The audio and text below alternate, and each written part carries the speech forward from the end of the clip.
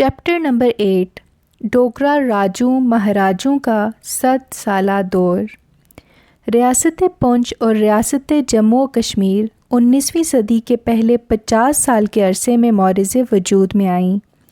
جموں کے مشرق پہاڑی علاقوں اور مشرقی پنجاب کے مغربی پہاڑی علاقوں کے باسی سورما گلاب سنگھ کو لاہور دربار کے خالصتاً مہاراجہ رنجیت سنگھ نے سرحد اور کشمیر میں پختونوں اور درانی افغانوں کے خلاف لڑائیوں اور کامیابیوں کے صلے میں 1820 کے کسی دن جموں جاگیر کے طور پر عطا کی۔ انگریز مورخ السٹر لیمب نے تنازع کشمیر سے متعلق اپنی تالیف برتھ آف اے ٹریجڈی میں یہ سن 1820 لکھا ہے، جبکہ کشمیری مورخ پریم ناتھ بزار نے اپنی شہر آفاق تالیف انسائیڈ کشمیر کے باب ارلی ڈوگرا رول میں یہ سن 1819 لکھا ہے۔ ان دو حوالوں کے اعتبار سے عین ممکن ہے کہ 1820 کے اولین دنوں یا 1819 کے آخری دنوں میں رنجیت سنگھ نے گلاب سنگھ کو اپنے اقتدار اعلیٰ کے تحت جموں کی جاگیر عطا کی ہو۔ سکھوں نے ان پہاڑی ہندو ڈوگروں کی مدد سے 1781 میں جموں فتح کیا تھا۔ قبل ازیں 1760 سے لے کر 1781 تک جموں بھی کشمیر کی طرح درانی افغانوں کے زیر تسلط رہا۔ اس سے قبل 1586 سے بقیہ کشمیر کی طرف جموں بھی مغلوں کے کنٹرول میں رہا۔ 1820 میں رنجیت سنگھ نے جب جموں گلاب سنگھ کے حوالے کر دیا تو اسی دوران مہاراجہ رنجیت سنگھ نے گلاب سنگھ کے چھوٹے بھائی دھیان سنگھ کو پونچھ اور میرپور کی جاگیر عطا کی۔ میرپور میں کوٹلی اور بھمبر بھی شامل تھے۔ ان دو بھائیوں کا تیسرا بھائی سچت سنگھ بھی تھا، جسے دربار میں خدمت کے سلسلے میں غالباً گجرات کی جاگیر دی گئی، جو ہماری بحث کے دائرے میں نہیں آتی، لہٰذا ہم یہاں صرف گلاب سنگھ اور دھیان سنگھ کو زیر بحث لائیں گے۔ یہ دونوں حوالے ریفرنس سیکشن میں دیکھیے۔ یہاں یہ ذکر کرنا مناسب رہے گا کہ رنجیت دیو کے یہ تینوں بیٹے 8 روپے ماہوار تنخواہ پر رنجیت سنگھ کی فوج میں بھرتی ہوئے اور ترقی کرتے کرتے گلاب سنگھ خالصتاً دربار کی فوج کا کمانڈر بن گیا، جبکہ دھیان سنگھ خالصتاً دربار کا وزیر اعظم بن گیا۔ تاریخی شواہد بتاتے ہیں کہ دھیان سنگھ نے اپنا زیادہ وقت خالصتاً دربار میں گزارا، اپنی جاگیر پونچھ اور میرپور پر بہت کم توجہ دی، جبکہ گلاب سنگھ اپنی جاگیر جموں پر توجہ مرکوز کرنے کے علاوہ دھیان سنگھ کی جاگیر پر بھی حکمران راجے مقرر کرتا رہا۔ گلاب سنگھ کی بے جا مداخلت کی وجہ سے دونوں بھائیوں میں رقابت شروع ہو گئی، اور یہ رقابت وقت کے گزرنے کے ساتھ ساتھ ان دونوں بھائیوں کی آئندہ نسلوں میں بھی منتقل ہو گئی، جس کا ذکر اسی باب میں مرحلہ وار کیا جائے گا۔ گلاب سنگھ اور دھیان سنگھ میں یہ رقابت اس وقت انتہا کو پہنچ گئی جب دھیان سنگھ نے سلطان سردار شمس خان کو پونچھ کا گورنر مقرر کیا، جس سے گلاب سنگھ کا پروردہ راجہ پونچھ دلباغ رائے بالکل بے اثر ہو کر رہ گیا۔ دھیان سنگھ نے دلباغ رائے کو حکم دے رکھا تھا کہ وہ پونچھ کے امور سردار شمس خان کے مشورے سے چلائے۔ ان واقعات کی تفصیل گزشتہ ابواب میں ذکر کی جا چکی ہے۔ مختصراً یہ کہ جب رنجیت سنگھ اور گلاب سنگھ نے بالآخر سدنوتی کو فتح کرنے کا منصوبہ بنایا تو سردار شمس خان کو 1829 یا 1830 میں مستعفی ہو کر اپنی سدن قوم کی مشرق ڈوگروں کے خلاف جہاد کی قیادت سنبھالنا پڑی، جو 1832 کے اندھوناک واقعات پر منتج ہوئی۔ یہاں یہ امر قابل ذکر ہے کہ 1830 کی دہائی میں گلاب سنگھ کی قیادت میں سدنوتی پر جو حملہ ہوا وہ دھیان سنگھ کی مرضی کے خلاف ہوا تھا۔ دھیان سنگھ اس وقت پشاور میں پشتونوں کے خلاف لڑائی میں مصروف تھا۔ وہ سردار شمس خان کو بہت پسند کرتا تھا اور اس وجہ سے وہ اہل پونچھ خاص کر سدنوں کو بھی بہت پسند کرتا تھا۔ وہ پونچھ جاگیر کا اصلی مالک تھا۔ گلاب سنگھ نے اس کی مرضی کے خلاف سدنوتی پر حملہ کیا۔ اس اعتبار سے گلاب سنگھ نے سدنوں پر غیر قانونی طور پر یہ جنگ مسلط کی۔ 1843 میں دھیان سنگھ کی موت کے بعد گلاب سنگھ نے دھیان سنگھ کی جاگیر پونچھ میرپور کو ذاتی جائیداد سمجھ کر اس میں ناجائز مداخلت مزید تیز کر دی۔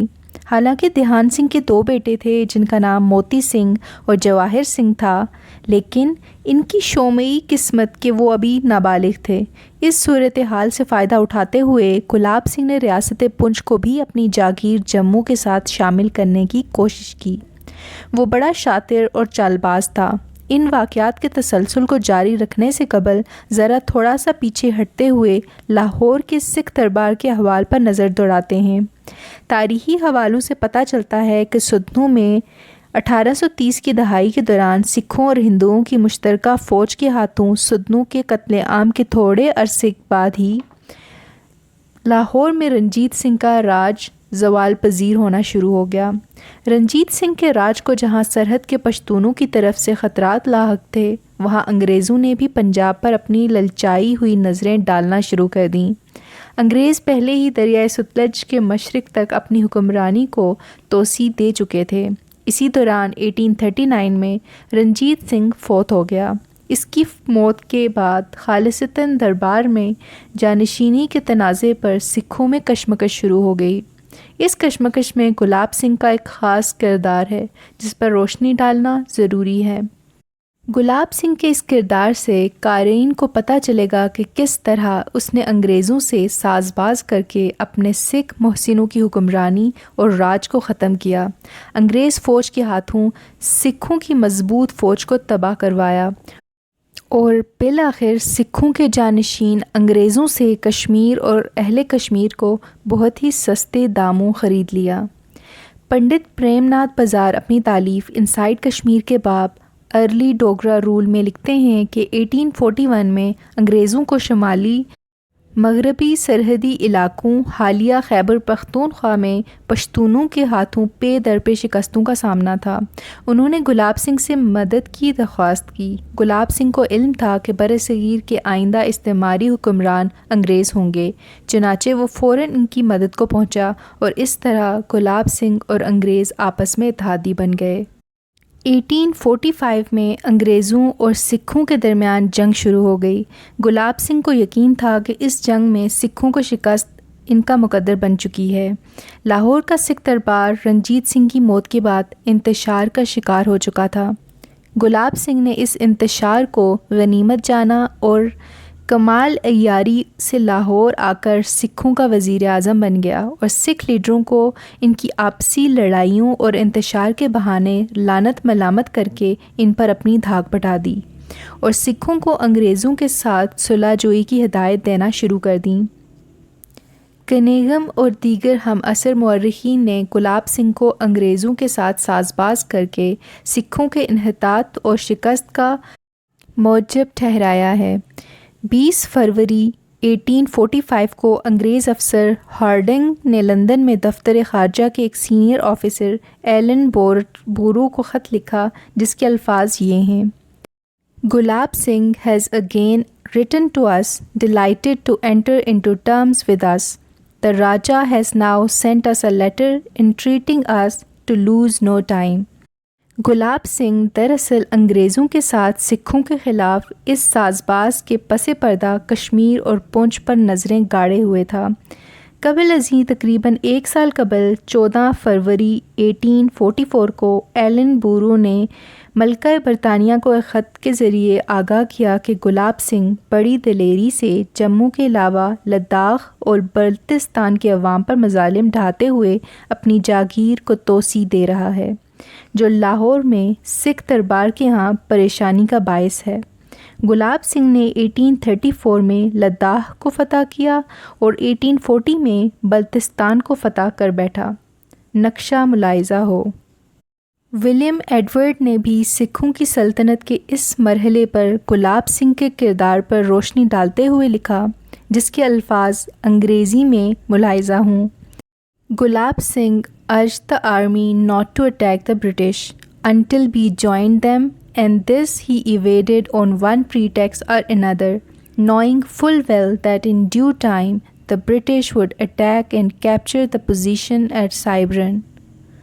اس پیرا کا مختصر مطلب یہ ہے کہ وزیر اعظم گلاب سنگھ سبراؤن کی جنگ کے موقع پر سکھ فوج کو انگریزوں کے خلاف حملہ نہ کرنے کی مسلسل ہدایت دیتا رہا اور کہتا رہا کہ وہ خود آ کر ایسا کرے گا، لیکن وہ میدان جنگ میں کبھی بھی نہیں آیا اور مختلف حیلے بہانوں سے تاخیری حربے استعمال کرتا رہا۔ اسے بخوبی علم تھا کہ انگریز مناسب وقت دیکھ کر حملہ کر دیں گے اور سبراؤن پر قبضہ کر لیں گے۔ ایسے غدارانہ اور عیارانہ طریقوں سے گلاب سنگھ نے انگریزوں پر احسان کرتے ہوئے ان کی خوشنودی حاصل کی اور اس طرح ہندوستان کے شمال میں ڈوگرا اسٹیٹ کے قیام کی راہ ہموار کی۔ سبراؤن کی جنگ میں شکست کے بعد سکھ اپنی آزادی کھو بیٹھے اور انگریز بغیر کسی روک ٹوک کے لاہور میں داخل ہو گئے اور اس پر قبضہ کر لیا۔ 9 مارچ 1846 کو معاہدہ لاہور پر دستخط ہوئے۔ اس معاہدے میں سکھوں کی بادشاہت کے خاتمے کے علاوہ یہ بھی لکھا گیا کہ راجہ گلاب سنگھ کو ایک الگ معاہدے کے تحت پہاڑی علاقوں کی سرزمین کا ایک آزاد صاحب اقتدار حاکم تسلیم کر دیا جائے گا۔ یہ الگ معاہدہ رسوائے زمانہ انسانیت سوز معاہدہ امرتسر کے نام سے تاریخ میں رقم ہوا، جس پر 15 مارچ 1846 کو انگریزوں اور گلاب سنگھ کے درمیان دستخط ہوئے، جس کے تحت گلاب سنگھ کو جموں و کشمیر کا مہاراجہ تسلیم کیا گیا۔ سکھوں اور انگریزوں دونوں نے اسے مہاراجہ تسلیم کیا۔ انگریز بھوکے اور لالچی تھے، انہوں نے دنیا کے وسائل کو لوٹنے کے لیے اپنی استعماری سلطنت قائم کی۔ ان کے پاس اتنی افرادی قوت بھی نہیں تھی کہ وہ کشمیر جیسے مشکل ترین پہاڑی علاقے پر کنٹرول حاصل کر سکیں۔ انہوں نے کشمیری عوام کی پیٹھ پیچھے ان کی مرضی کے خلاف ہندو ڈوگروں کے ہاتھ 75 لاکھ روپے یعنی 15 لاکھ پاؤنڈ کے عوض بیچ ڈالا۔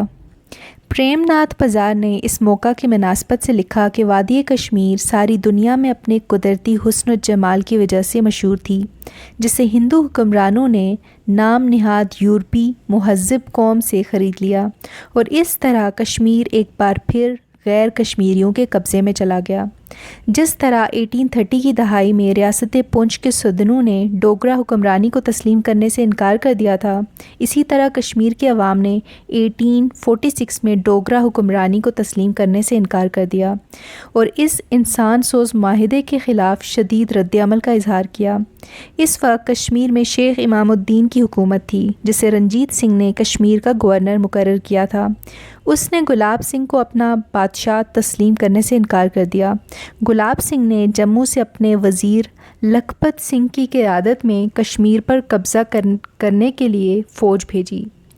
جنگ ہوئی، گلاب سنگھ کی فوجوں کو شکست ہوئی اور اس کا وزیر لکھپت سنگھ مارا گیا، جس پر گلاب سنگھ تلملا اٹھا۔ اس نے انگریزوں سے مدد کی اپیل کی تاکہ ان کے ساتھ کیے گئے معاہدہ امرتسر پر عمل درآمد کیا جا سکے، جس پر انگریزوں نے انگریز اور سکھوں کی ملی جلی فوج کی بڑی تعداد گلاب سنگھ کی مدد کے لیے روانہ کر دی۔ شیخ امام الدین کو حالات کی نزاکت کا ادراک ہو گیا۔ اس نے محسوس کیا کہ ہندوؤں، سکھوں اور انگریزوں کی ایک بہت بڑی مشترکہ فوج کا مقابلہ اس کے بس کا روگ نہیں۔ اس نے میدان جنگ چھوڑ دیا۔ وہ سدن نہیں تھا کہ اپنے اور اپنے ساتھیوں کی زندہ کھالیں کھنچواتا۔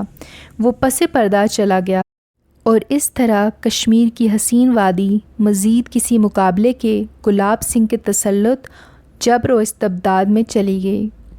ایم پانکر نے گلاب سنگھ کے حالات زندگی، اس کی سوانح عمری گلاب سنگھ نامی کتاب میں لکھے۔ وہ گلاب سنگھ کا درباری مورخ تھا۔ اس نے گلاب سنگھ کی نمک حلالی میں اس کے متعدد قصیدے اور کہانیاں اس کتاب میں لکھیں، لیکن انسان کا ضمیر کہیں نہ کہیں کسی مرحلے پر اس کے جھوٹ پر اس کی ملامت کرتا ہے، چنانچہ اس کو بھی اپنے ضمیر کی آواز پر لبیک کہتے ہوئے یہ اعتراف کرنا پڑا کہ گلاب سنگھ کی تربیت ایسے ماحول اور مدرسے میں ہوئی جہاں جھوٹ، ساز باز اور دغا بازی کو سیاست بازی کا جز سمجھا جاتا ہے۔ سدنوں کے خلاف گلاب سنگھ کی 1832 کے دلدوز واقعات اس کے جھوٹ اور دغا بازی کا ثبوت ہیں۔ گلاب سنگھ نے کشمیر ہڑپ کرنے کے بعد انگریزوں کے ساتھ اپنی وفاداری کا وتیرہ جاری رکھا۔ اس نے پنجاب اور سرحد میں انگریزوں کو پاؤں جمانے کے لیے ان کی بے پناہ مدد کی۔ حتیٰ کہ برصغیر میں 1857 کے دوران انگریزوں کے خلاف وسیع پیمانے پر اٹھنے والی بغاوت کو کچلنے کے لیے گلاب سنگھ نے اپنے بیٹے رنبیر سنگھ کی قیادت میں کافی تعداد میں فوج انگریز کی مدد کے لیے بھیجی۔ 1857 میں ہی گلاب سنگھ مر گیا، جس کے بعد اس کے بیٹے رنبیر سنگھ نے گدی سنبھالی۔ گلاب سنگھ کا دھیان سنگھ کی جاگیر پر قبضہ۔ جیسا کہ پہلے ذکر ہو چکا کہ 1843 میں پونچھ جاگیر کے اصل والی دھیان سنگھ کی وفات کے بعد مہاراجہ گلاب سنگھ نے پونچھ کو اپنی وراثت سمجھنا شروع کر دیا۔ دھیان سنگھ کے دونوں بیٹے موتی سنگھ اور جواہر سنگھ اس وقت ابھی نابالغ تھے، جس سے فائدہ اٹھاتے ہوئے گلاب سنگھ نے پونچھ پر بھی قبضہ جما لیا۔ 1848 میں موتی سنگھ اور جواہر سنگھ جب بالغ ہوئے تو انہوں نے لاہور میں تعینات برطانوی ریزیڈنٹ سر فریڈرک کیوری کے ہاں گلاب سنگھ کے خلاف مقدمہ دائر کر دیا اور کہا کہ وہ اپنے باپ دھیان سنگھ کی جاگیر کے اصل وارث ہیں، جس پر گلاب سنگھ نے قبضہ جما لیا ہے۔ انگریز ریزیڈنٹ فریڈرک کیوری نے فیصلہ دے دیا کہ دھیان سنگھ کے دونوں بیٹے جموں و کشمیر کے مہاراجہ گلاب سنگھ کی دسترس سے آزاد ہیں۔ اس کے علاوہ برطانوی افسر نے گلاب سنگھ کی طرف سے ریاست پونچھ پر نافذ کردہ جموں و کشمیر کی مسلح فوج کی ایک انفینٹری بٹالین کے اخراجات ادا کرنے کے فیصلے کو بھی منسوخ کر دیا۔ اس فیصلے سے ایک بات طے ہو گئی کہ ریاست پونچھ ریاست جموں و کشمیر سے الگ اور آزاد ہے، جس کے وارث دھیان سنگھ کے بیٹے موتی سنگھ اور جواہر سنگھ ہیں۔ 1852 میں موتی سنگھ اور جواہر سنگھ کے درمیان پونچھ جاگیر کی تقسیم پر جھگڑا کھڑا ہو گیا۔ اس جھگڑے کو طے کرنے کے لیے پنجاب کے انگریز کمشنر ہنری لارنس کو ثالث مقرر کیا گیا۔ ہنری لارنس نے پونچھ جاگیر کو 2 حصوں میں تقسیم کر کے اس کی سرحدیں مقرر کیں۔ اس تقسیم کے مطابق موتی سنگھ کو 1600 مربع میل پر مشتمل پونچھ کا وارث بنا دیا گیا، جبکہ جواہر سنگھ کو میرپور بشمول کوٹلی اور بھمبر دے دیا گیا۔ یہ علاقہ 2000 مربع میل کے لگ بھگ تھا۔ جواہر سنگھ کی جموں و کشمیر پر قبضہ کرنے کی سازش اور جاگیر سے محرومی۔ 1857 میں گلاب سنگھ کی موت کے 1 سال کے عرصے میں ہی جواہر سنگھ نے گلاب سنگھ کے بیٹے مہاراجہ رنبیر سنگھ کو معزول کر کے سارے جموں و کشمیر کی جانشینی گلاب سنگھ کی اولاد سے دھیان سنگھ کی اولاد کی طرف منتقل کرنے کی سازش کی۔ جواہر سنگھ دھیان سنگھ کا بڑا بیٹا تھا۔ رنبیر سنگھ پہلے ہی اپنے باپ گلاب سنگھ کی طرح انگریزوں کی خوشنودی حاصل کر چکا تھا۔ اس نے 1857 کی انگریزوں کے خلاف جنگ آزادی میں ان کی بھرپور مدد کی تھی۔ انگریز رنبیر سنگھ کو شمال کی جانب سے برصغیر کی برطانوی سلطنت کو لاحق نام نہاد روسی خطرے کے خلاف ایک مضبوط دفاعی فصیل سمجھ رہے تھے۔ وہ رنبیر سنگھ کے خلاف جواہر سنگھ کی طرف سے کسی قسم کے چیلنج کو قبول کرنے کے لیے تیار نہ تھے۔ انہوں نے جواہر سنگھ کو میرپور کی جاگیر سے محروم کر دیا اور میرپور کو بشمول بھمبر اور کوٹلی رنبیر سنگھ کے حوالے کر دیا، جسے اس نے تب سے جموں میں ضم کر دیا، لیکن راجہ پونچھ موتی سنگھ کو اپنی جاگیر پر قائم رکھا۔ البتہ اسے مہاراجہ جموں و کشمیر کو سالانہ علامتی خراج کی ادائیگی کا پابند کر دیا گیا۔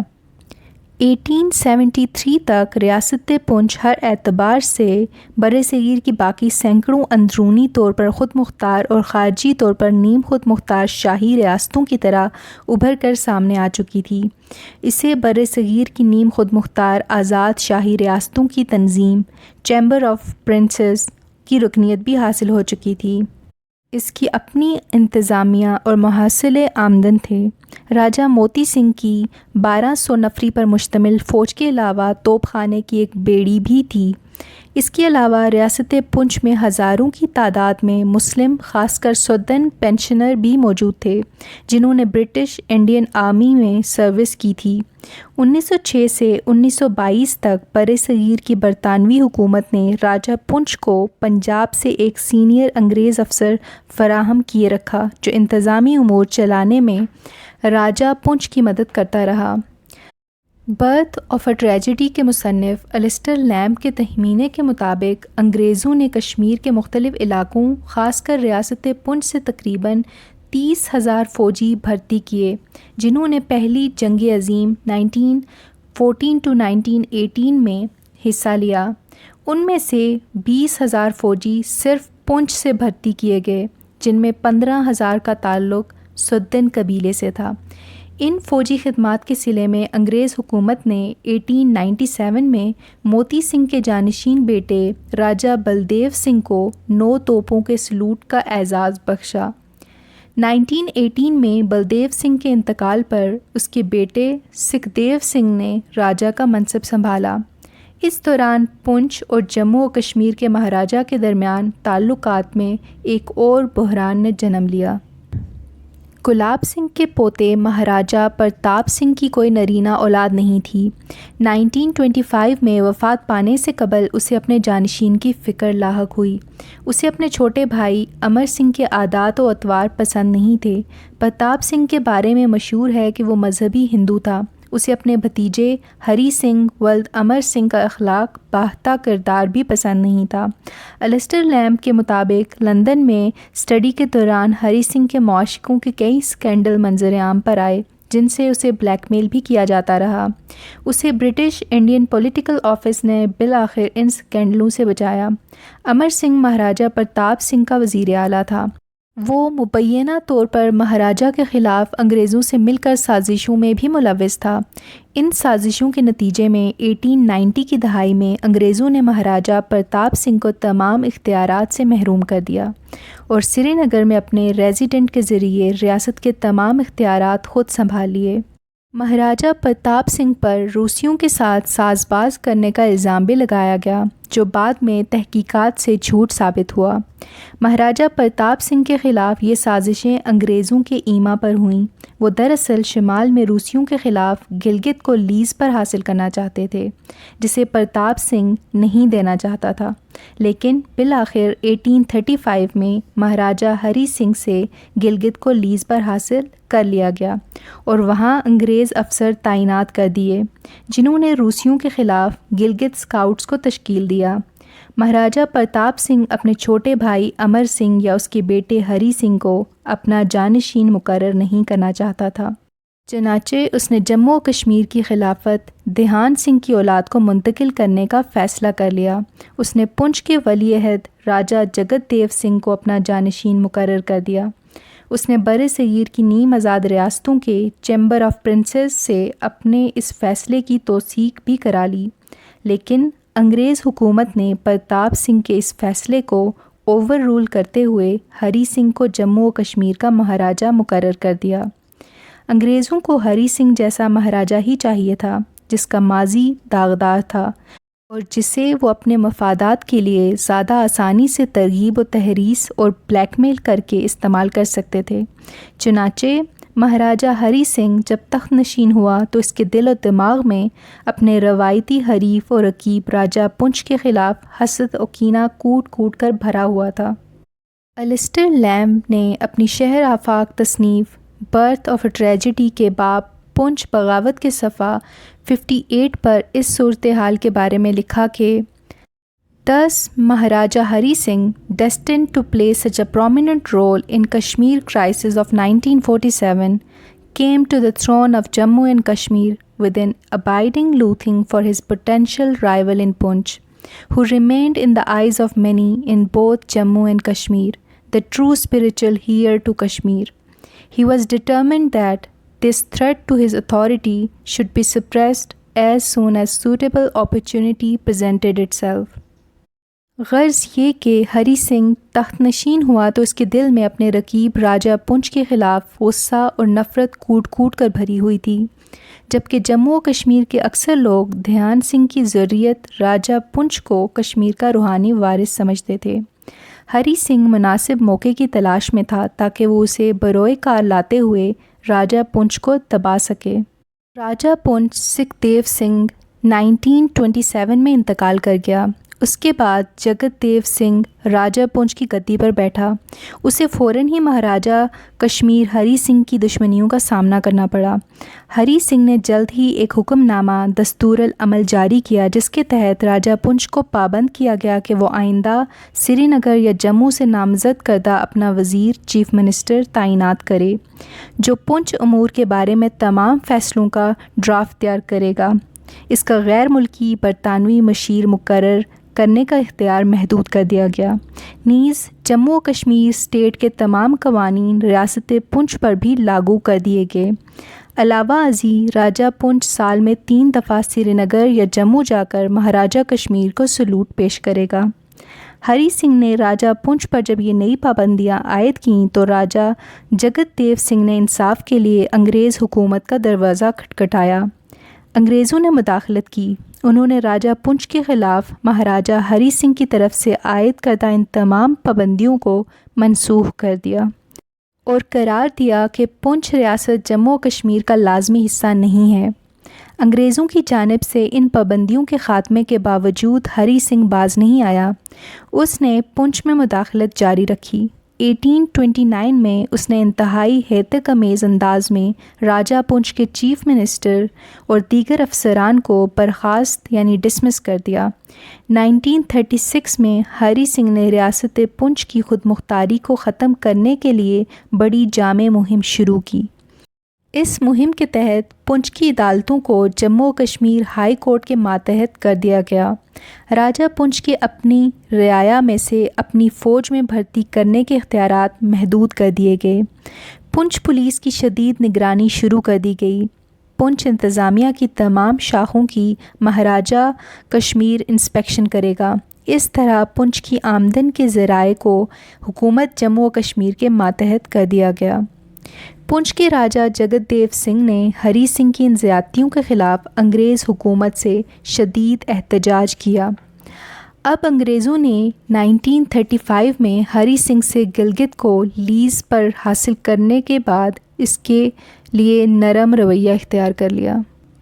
انہوں نے راجہ جگت دیو سنگھ کے ہری سنگھ کے خلاف احتجاج کو سنجیدگی سے نہیں لیا اور اس مسئلے کو 1940 تک لٹکائے رکھا، حتیٰ کہ اسی سال راجہ پونچھ جگت دیو سنگھ کا انتقال ہو گیا۔ اس کا بیٹا رتن دیو سنگھ اس کا جانشین تھا، لیکن وہ نابالغ تھا۔ یہاں ہری سنگھ کو پونچھ میں مداخلت کا سنہری موقع ہاتھ لگ گیا۔ اس نے اعلان کیا کہ وہ رتن دیو سنگھ کو کبھی بھی پونچھ کی اتھارٹی سنبھالنے کا موقع نہیں دے گا۔ اس مرحلے پر اس نے ایسے اقدامات کیے جن سے اس نے عملی طور پر پونچھ کو ریاست جموں و کشمیر میں ضم کر دیا۔ اس نے جموں و کشمیر کے جملہ قوانین ریاست پونچھ پر نافذ کر دیے۔ اس نے جموں و کشمیر کے ظالمانہ ٹیکس جمع کرنے کے سبھی قوانین پونچھ پر بھی لاگو کر دیے۔ اس نے کشمیر کے ایک سابق چیف جسٹس شیخ عبد القیوم کو پونچھ کا ایڈمنسٹریٹر مقرر کر دیا۔ اس نے لوگوں کی آنکھوں میں دھول جھونکنے کے لیے کشمیر کے ایک سابق گورنر راؤ بہادر بلدیو سنگھ پٹھانیہ کو نابالغ راجہ پونچھ رتن دیو سنگھ کا گارڈین بھی مقرر کر دیا۔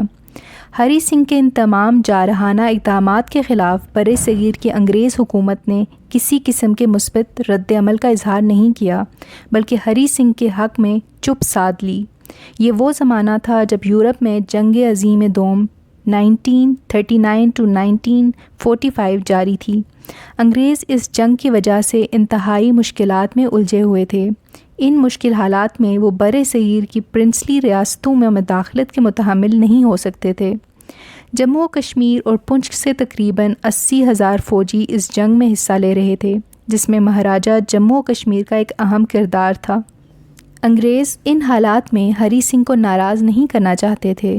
وہ برِ صغیر کی تقریباً 600 کے لگ بھگ نیم خود مختار شاہی ریاستوں کے راجوں مہاراجوں کو ان کے داخلی امور میں مداخلت کر کے ناراض نہیں کرنا چاہتے تھے۔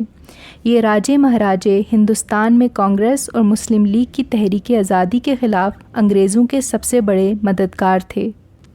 ہری سنگھ گلاب سنگھ کی اولاد سے تھا، جس نے 1830 کی دہائی میں دھیان سنگھ کی پونچھ اسٹیٹس پر اس کی مرضی کے خلاف سدنو پر مظالم کے پہاڑ توڑ ڈالے تھے۔ سردار شمس خان، سبز علی خان اور ملی خان کی ذریت سدنو کو گلاب سنگھ کے یہ مظالم یاد تھے۔ اس کے مقابلے میں دھیان سنگھ کی اولاد پنچ کے راجو نے گلاب سنگھ اور اس کی اولاد جموں و کشمیر کے مہاراجوں کی بار بار کی مداخلت کے باوجود اپنی رعایا سے تعلقات خوشگوار رکھے۔ انہوں نے جنگ عظیم اول کے دوران سدنوں کے تقریباً 20,000 افراد کو برٹش انڈین آرمی میں بھرتی کروایا، جبکہ جنگ عظیم دوم میں حصہ لینے والے سدنوں کی تعداد تقریباً 60,000 تھی۔ ان خدمات کے صلے میں انگریز نے راجگان پنچ کو 9 توپوں کی سلامی کا حقدار بھی ٹھہرایا تھا۔ جنگ عظیم دوم میں پنچ سے مجموعی طور پر 80,000 افراد نے حصہ لیا۔ ان میں دیگر قبائل کے علاوہ سدن سپاہیوں اور افسروں کی تعداد سب سے زیادہ تھی۔ جنگ عظیم کے خاتمے پر جب یہ لوگ وطن واپس لوٹے تو انہوں نے پنچ کی سیاسی صورتحال انتہائی گھناؤنی، خوفناک اور ناقابل برداشت پائی۔ ساتھ ہی بر صغیر سے انگریز نے روانگی کا فیصلہ کر لیا۔ مہاراجہ نے کشمیر اور پنچ پر اپنی گرفت کو مضبوط کرنے کے لیے انتہائی ظالمانہ اقدامات اٹھانا شروع کر دیے۔ اسے خوف لاحق تھا کہ سدنوتی کے سدن اس کی ظالمانہ پالیسیوں کے خلاف بغاوت کر دیں گے۔ جون 1947 میں برطانیہ نے فیصلہ کر لیا کہ وہ اگست میں اپنا اقتدار پاکستان اور ہندوستان کو منتقل کرنے کے بعد یہاں سے چلے جائیں گے۔ اس اعلان کے بعد پنچ خاص کر سدنوتی میں مہاراجہ ہری سنگھ کی حکومت کے خلاف بغاوت کے آثار زیادہ نمایاں طور پر ظاہر ہونا شروع ہو گئے۔ مہاراجہ کی اہل پنچ خاص کر سدنوتی پر ٹیکس پالیسی کا نقشہ کھینچتے ہوئے پنجاب میں ریلیف کا کام کرنے والے ایک انگریز افسر رچرڈ سیمنڈ نے 4 فروری 1948 کے کلکتہ اسٹیٹسمین میں لکھا: There was a tax at every hearth and every window. Every cow, every buffalo and sheep was taxed and every wife. Finally, the Zaildari tax was introduced to pay for the cost of taxation, and Dogra Hindu troops were billeted on the Muslim Punchis to enforce collection. ہر گھر، جھونپڑی اور کھڑکی پر tax لگا دیا گیا۔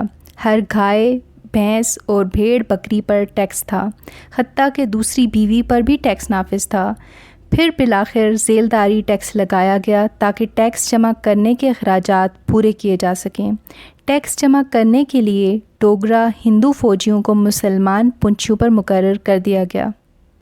یہاں یہ بات قابل ذکر ہے کہ ہندوؤں اور سکھوں پر یہ ٹیکس نہیں لگائے گئے۔ معاہدہ امرتسر کے بعد ڈوگرا استبداد کے باب تلے فتح کشمیر کے مصنف عبدالرحیم افغانی نے ڈوگرا استعمار اور استحصال کا نقشہ ان الفاظ میں کھینچا ہے: ڈوگرا حاکموں نے تقریباً 100 سال تک ریاستی باشندوں کا خون چوسا۔ زیادہ نقصان مسلمانوں کو پہنچا کیونکہ وہ اکثریت میں تھے۔ ایسے قوانین نافذ کیے گئے جن سے مسلمانوں کی حق تلفی اور دل آزاری ہوتی رہی۔ مثلاً اگر کوئی غیر مسلم مسلمان ہو جائے تو اسے جدی وراثت سے محروم کر دیا جاتا۔ گائے کا ذبح کرنا بند کیا گیا۔ خلاف ورزی کی سزا پہلے موت تھی جو بعد میں 10 سال قید بامشقت کر دی گئی۔ اسلحہ ایکٹ میں مسلمانوں پر ہتھیار رکھنے کی پابندی عائد کی گئی، مگر ہندو اور ڈوگرے اس قید سے مستثنیٰ تھے۔ مسلمانوں سے ترقی ٹیکس وصول کیا جاتا مگر ہندو اس سے آزاد تھے۔ ہندی زبان لازمی قرار دی گئی۔ سیفٹی ایکٹ کے تحت مسلمانوں سے ہتھیار چھین لیے گئے۔ مسلمانوں سے بیگار لی جاتی تھی۔ کسی مسلمان کو وزیر یا وزیر اعظم نہیں بنایا گیا۔ ڈوگروں اور ہندوؤں کو باوجود اقلیت میں ہونے کے 95% ملازمتیں دی گئیں اور 90% مسلمانوں کے حقوق پامال کیے گئے۔ فوج میں مسلمانوں کو 5% ملازمت دی گئی، وہ بھی ماتحت کی حیثیت سے۔ برطانوی افواج کے مسلم فوجیوں کو عطیات سے محروم رکھا گیا، لیکن انگریز حکومت کو خبر تک نہیں ہونے دی گئی۔ فوجیوں کا جمع شدہ 15 لاکھ روپے غیر فوجی ہندوؤں کی فلاح و بہبود پر خرچ کیا گیا۔ پونچھ میں کوئی سڑک بھی نہیں تعمیر کی جس سے فوجیوں کی آمد و رفت میں سہولت پیدا ہوتی۔ اسمبلی کا ڈھونگ رچا کر اپنی مرضی کے لوگ بھرتی کیے اور اپنی بالادستی قائم رکھی۔ اسمبلی میں غیر سرکاری ممبروں کی تعداد سرکاری ارکان سے کم رکھی۔ اسمبلی کا صدر بھی بیشتر غیر مسلم ہی رہا، حالانکہ مسلم زعما میں اعلیٰ حیثیت کے باصلاحیت لوگ بھی موجود تھے۔ تقریر و تحریر پر پابندیاں عائد کیں، خزانے کی آمدن کا زیادہ حصہ حکمرانوں کی عیش پر خرچ ہوتا رہا۔ نااہل ہندوؤں اور ڈوگروں کو قابل اور اہل مسلمانوں پر ترجیح دی جاتی رہی۔ کشمیری مسلمانوں پر فوج کی بھرتی بند تھی۔ پاکستان کا نعرہ قانوناً جرم تھا۔ ریاستی اخبارات خصوصاً مسلم جرائد پر سخت سینسر بٹھا دیا گیا۔ پنچھیوں کو غلام در غلام کی حیثیت دی گئی۔ غیر ریاستی مسلم اخبارات ذمہ دار، احسان اور ڈان وغیرہ کا ریاست میں داخلہ ممنوع قرار دیا گیا۔ مسلم کانفرنس کے کسی نمائندے کو وزارت میں نہیں لیا گیا۔ پنچ میں ترقی ٹیکس، اسکول ٹیکس، ذیلداری ٹیکس، چولہا ٹیکس اور بکری ٹیکس لاگو کیا گیا اور جبراً وصول کیے گئے۔ جنگلات کے ایسے قوانین بنائے گئے کہ مسلمانوں کی زندگی اجیرن کر دی گئی۔ غیر مسلم طالبات کو وظائف مگر مسلم طالبات کو محروم رکھا گیا۔ فوجی آرڈیننس جاری کر کے ڈوگرا سپاہی کو اختیار دیا گیا کہ جس مسلمان کو چاہے گولی مار دے۔